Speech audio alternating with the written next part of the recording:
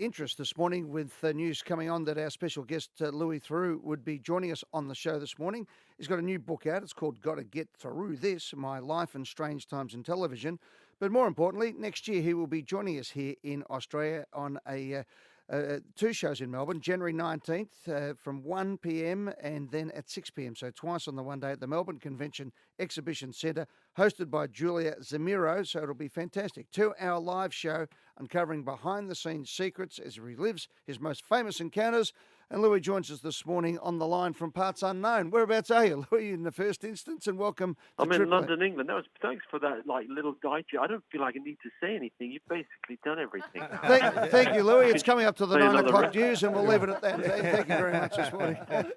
Louis, can I ask you a question? Because obviously you have to do interviews to publicise when you're doing a tour or you have a book out, but you are normally the person doing the interviews. You're the person who's, talking to strangers, asking them questions, getting their story out. Do you have an approach to interviewing that you take into each interview?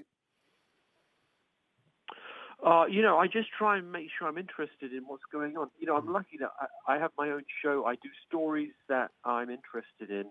Like, I go into worlds where there's genuinely something about the person. I can't imagine what it would be like interviewing someone I had no interest about. So I really do. In the early days, I used to write questions down. And then I realized I don't really need, it seems to flow better when I don't write anything down and I just genuinely trust my instinct to take the conversation to where it's going to go. And it's not always about the form of words you use. It's much more about, the feel and in establishing the rapport and just sort of, I don't know, usually there's some aspect of it, some little nugget of something real that I'm trying to get to. So I'm not afraid to keep asking the same question. Maybe that's the main thing. Keep needling at that one sweet spot. Like, I compare it sometimes to being a doctor. Like, does it hurt here? Does it hurt here? You feel around the body. And then when you get like, ow, that's the bit where you keep pressing. And that would have been interesting when you were with inmates at the San Quentin prison and you keep pressing in that environment. How was that? Tell us about that experience for you. Well, the encounter that stayed, there were so many weird encounters, but one that stayed with me was there's an area of the prison where people go called ADSEG, administrative segregation, where they need to be protected from other inmates.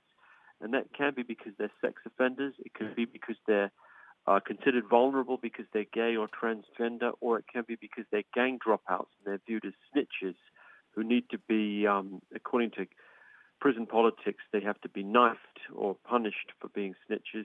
And there was a guy, he was a skinhead dropout. He'd been in the Nazi lowriders gang. And he'd struck up a relationship with a gay Jewish young man. And it was just such an unlikely, like the ex-Nazi and the Jewish gay guy. And the unlikelihood of the ex-Nazi had a wife and 2 or 3 kids on the outside. But there they were kind of making house together in this rather sort of intimate and almost sort of touching way. And then, in that case, it's just, you're just trying to elicit the feeling of contradictoriness. I said to him, you're a Nazi, going out with this gay guy, and what would your old Nazi skinhead mates say if they saw you now? And he was like, yeah, well, they wouldn't be too pleased, was I think what he said. So you get those paradoxes, to say it, put it mildly, they wouldn't be too pleased, in the sense, and would probably stick a knife in his back. But you get those paradoxes in prison, like tenderness in places where you'd expect nothing but brutality, and that's one of the pleasures of making the program. Louis, as much as it was a horrifying subject, I really enjoyed your Jimmy Savile documentary, as much in the way you went back, the retrospective approach to it, and also the one where I suppose everybody, including yourself, we all kick ourselves that he was hiding in plain view for so long, and retrospectively it looks so obvious, but to go through that and go back in that situation and work through Jimmy Savile, and for people in Melbourne who may not know, was a huge television star in Great Britain, and turned out to be one of the most heinous sex offenders of his time or any other time. What was that one like to go back and go, geez, how'd I miss that? And then take us all through what ended up being a wonderful documentary and an expose. Well, it was it was obviously upsetting to realize the scale of his offending Yeah. and to know that we were all, all of us in the UK to different degrees, well, I say all, but many of us duped, and that we had hidden a predator at the heart of the entertainment establishment, and in certain respects in the corridors of power. At the same time, it was kind of a privilege to meet some of the survivors and the victims who he preyed upon, because I sort of felt that they kind of gave me permission to feel better about myself, because I had a feeling of kind of having dropped the ball a little bit. I mean, I knew he was, in certain respects, a troubling and complicated and macabre individual. I just didn't realize, and I mean, when I made my original program in 2000 and in the year 2000, what I didn't realize was obviously that he had this dark, the scale of this dark secret that he had.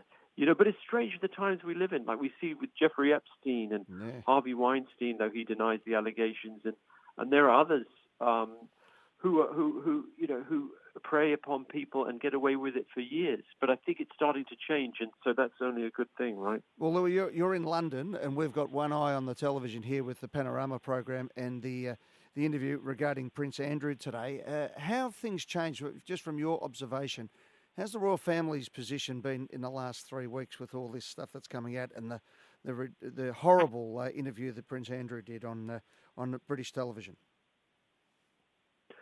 I mean, if it weren't so hideous, it would be comical. It was one of the strangest interviews I think I've ever seen in my life. It was so tin-eared, and it was as though he'd crawled out from under a rock and didn't have the first idea how to talk about anything, let alone sensitive subjects like the trafficking and abuse of young people. So it seemed to highlight the disconnection of the British royal family from the wider world. The fact that his cultural references, his sense of self, his ability to talk about a difficult subject was just so off the charts, awkward and wrong-headed. So it was utterly bizarre, I thought. And he's sort of been disappeared from public life, but I don't think we've heard the last of it. And the only degree of I think we see where it goes from here. But it's a very strange business, and I'm kind of curious, both journalistically and personally, to dig into it and see what happens next. Louis, when you're putting together shows like you do, answering questions like you do about, various different, lifestyles around the world and passions that people have and weird and wonderful things, you must have a list, a whiteboard of all these stories that you want to tell. And there must be a few projects that still haven't got up yet that are still on your to-do. I want to tell that story. I want to ask that question. Can you give us an insight into something that is as yet unfulfilled, but in the future for us? Well, I've always thought it was a bit of an omission that, I've done stories about Christian fundamentalists, done a few of those. I've done a story about Jewish ultra-nationalists in the West Bank of Israel and Palestine. I've never done a story about jihadis. And to me, the strangest story of the last 5 years, arguably, was the emergence of ISIS in northern Iraq and Syria, and the sort of almost pornographic level of violence that they inflicted on people. And I feel as though that's something that's, obviously ISIS is largely eradicated as a physical as a caliphate, as a geographical entity, but the believers are still out there. So that's a story I'd like to do. And then if it was an absolute wish list kind of pie in the sky stuff, of course, Trump and his inner court. Can you imagine being admitted into, as a fly on the wall, into the world of Trump and how he behaves in the White House? You get there for a couple of months and then they sack you. Yeah, exactly. If they work through enough people, it might be that my name pops up as possible media. So there must be some position I'm qualified for. I have an American passport. They'd be like, Donald, we got this great new guy. He's going to be in charge of the British embassy or something. And then I would just rock up there and film it all on Google Glass or something like that. My camera. Is he French or is he British, this guy? Who is this guy? Louis Theroux. Who? Yeah, I love this guy. I want him to be in charge of my... promote him. He's going to be a new Secretary of State. Like, I might do too well. If you really took to me, that'd be the danger, right?